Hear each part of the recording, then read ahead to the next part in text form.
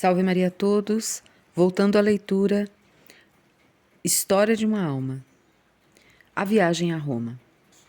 3 dias depois da visita ao bispo, devia fazer outra viagem, muito mais longa, a da Cidade Eterna. A peregrinação a Roma foi organizada pela Diocese de Coutances, por ocasião do Áureo Jubileu sacerdotal de Leão XIII. A ela se associou a Diocese de Beauvais. Oh, que viagem aquela! Por si só me instruiu mais do que longos anos de estudos. Mostrou-me a vaidade de tudo quanto passa e de tudo debaixo que tudo debaixo do sol é tribulação de espírito. Sem embargo, vi muitas coisas belas. Contemplei todas as maravilhas da arte e da religião. Antes de tudo, pus os pés na mesma terra que os santos apóstolos, terra regada com o sangue dos mártires. E minha alma dilatou-se ao contato com coisas santas. Sou muito feliz de ter estado em Roma. Compreendo, todavia, as pessoas mundanas quando pensaram que papai me induzira a fazer a grande viagem a fim de desviar meus planos da vida religiosa. Nisto havia realmente como que abalar uma vocação pouco consolidada. Não tendo jamais vivido no meio da alta sociedade, Celina e eu nos achávamos no meio da nobreza que integrava quase exclusivamente a peregrinação.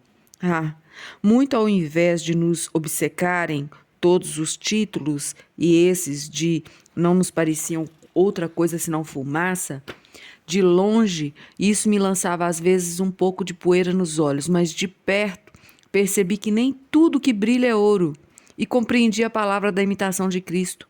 Não procureis esta sombra que se chama renome. Não cobiceis grande número de relações, nem amizade particular de pessoa alguma.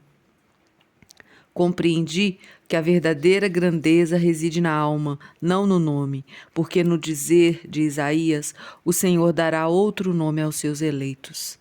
E São João também diz: o vencedor receberá uma pedrinha branca, na qual está escrito um nome novo, só conhecido por quem o recebe.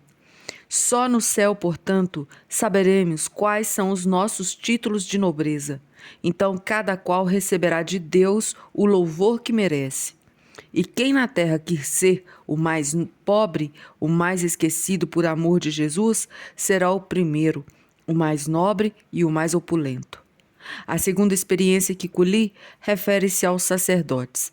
Por não ter jamais vivido em contato mais próximo com eles, não dispunha de elementos para compreender a finalidade principal da reforma do Carmelo. Encantava-me o rezar pelos padres, pelos pecadores, mas rezar pelas almas dos sacerdotes, que julgava mais límpidas que cristal, isso me parecia coisa de espantar.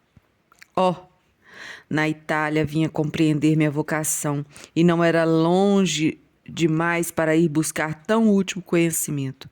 Pelo espaço de 1 mês, vivi com muitos sacerdotes santos e verifiquei que, se a sua sublime dignidade os coloca acima dos anjos, nem por isso deixam de ser homens, fracos e defectíveis. Se sacerdotes santos, a quem Jesus em seu evangelho chama o sal da terra, mostram por seu procedimento que tem extrema necessidade de orações, o que dizer dos tíbios? Não foi Jesus que declarou ainda: se o sal se tornar insípido, com que recuperará o sabor? Minha mãe, como é linda a nossa vocação, que tem por finalidade conservar o sal destinado às almas. Tal é a vocação do Carmelo, dado que o único fim de nossas orações e sacrifícios é o de sermos apóstolas dos apóstolos, orando por eles, enquanto evangelizam as almas com suas palavras e principalmente com seus exemplos. Força é que me detenha. Se continuasse a discorrer sobre o assunto, seria para mim o nunca acabar.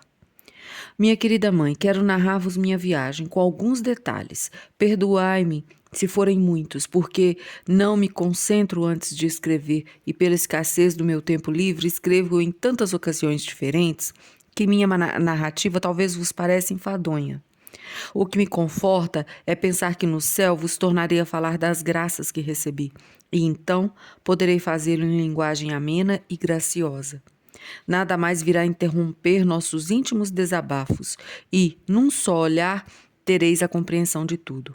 Infelizmente, já que tenho ainda que empregar a linguagem da triste terra, tentarei fazê-lo com a simplicidade de uma criancinha que conhece o amor de sua mãe.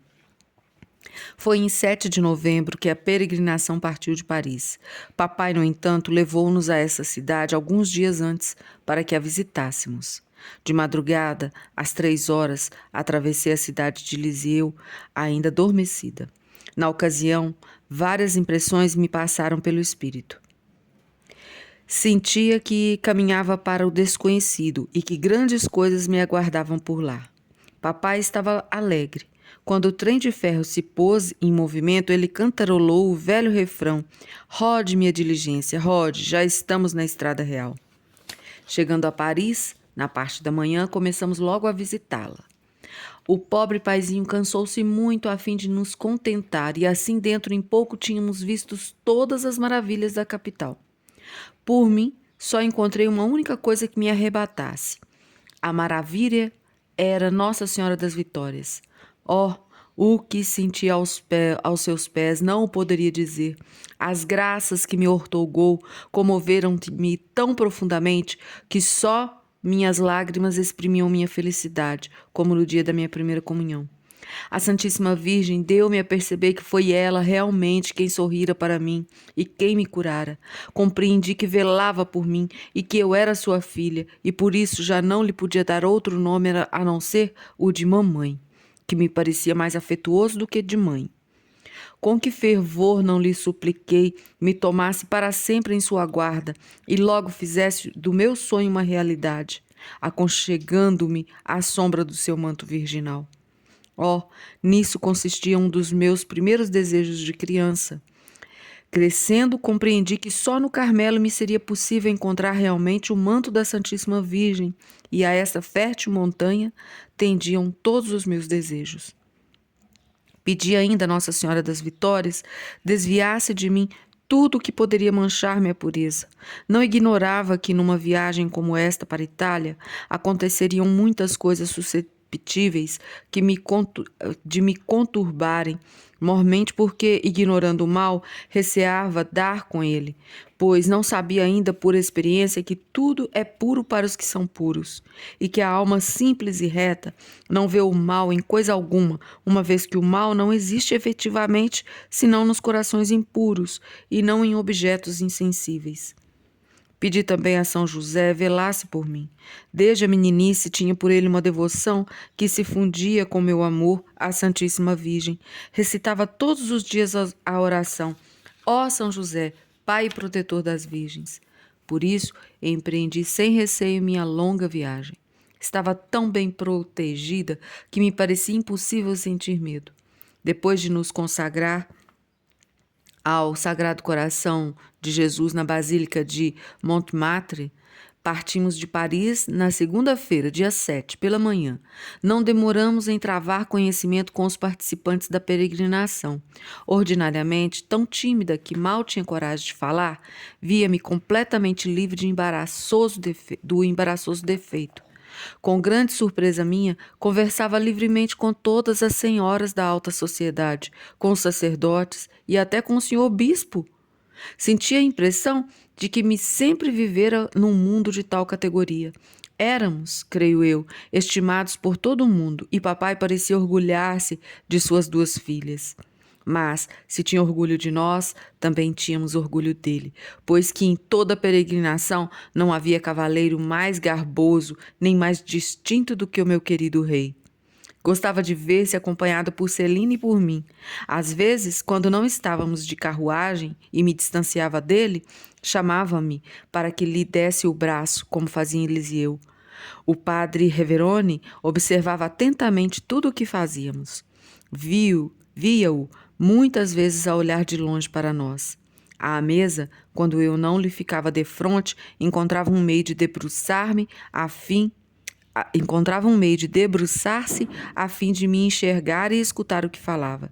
Sem dúvida, Queria conhecer-me para saber se realmente era capaz de ser carmelita. Penso que deve ter ficado satisfeito com a investigação, porque no final da viagem pareceu estar com boas disposições a meu respeito. Mas em Roma ficou muito longe de me favorecer, como explicarei mais adiante. Antes de chegarmos à cidade eterna, alvo da nossa peregrinação, foi-nos dado contemplar muitas maravilhas. Primeiro, a Suíça, com suas montanhas cujos cumes desaparecem nas nuvens, com as graciosas cascatas a borbulhar de mil maneiras diferentes, com seus vales profundos, cheios de gigantescas samambaias e de urzes cor-de-rosa. Ó, minha querida mãe, quanto bem não fizeram à minha alma as belezas da natureza, que se afastaram com exuberância, que se alastravam com exuberância, como a levantaram até aquele que se compareceu de lançar tais obras-primas em terra de exílio, cuja duração não passará de um dia. Meus olhos não eram suficientes para ver. De pé, junto à portinhola, quase perdi a respiração. Quisera estar entre ambos os lados do vagão, pois quando me voltava para a outra banda, punha os olhos em paisagens de visão encantadora, totalmente diversas daquelas que se desabrochavam à minha frente. Achávamo-nos, por vezes, no cume de uma montanha e, a nossos pés, uns precipícios cuja profundidade o olhar não podia alcançar. Pareciam estar na iminência de tragar-nos. Ou então havia algum lugarejo encantador, com graciosos chalés e campanário por cima do qual balançavam, indolentes, umas nuvens deslumbrantes de alvura. Mas ao longe, um vasto lago que o sol dourava com seus últimos reflexos. Ondas tranquilas e cristalinas que absorviam o matiz azulado do céu, mesclando com as afogueadas luzes do poente, desvendavam aos nossos olhares embevecidos o espetáculo mais poético e sedutor que se possa imaginar. Ao fundo do amplo horizonte divisavam-se montanhas cujos contornos, mal definidos, escapariam aos nossos olhares, se os cumes nevados que o sol tomava faiscantes não acrescentassem mais um encanto ao formoso lago que nos arrebatava. Vamos deixar para continuar a explicação de Santa Teresinha sobre essa viagem a Roma para a próxima leitura. Deixamos para hoje um ensinamento de Santa Teresinha, mais um. Compreendi que a verdadeira grandeza reside na alma, não no nome, porque no dizer de Isaías, o Senhor dará outro nome aos seus eleitos. E São João também o diz: o vencedor receberá uma pedrinha branca, na qual está escrito um novo nome, só conhecido por quem o recebe. Só no céu, portanto, saberemos quais são os nossos títulos de nobreza. Então, cada qual receberá de Deus o louvor que merece. A todos os senhores, salve Maria.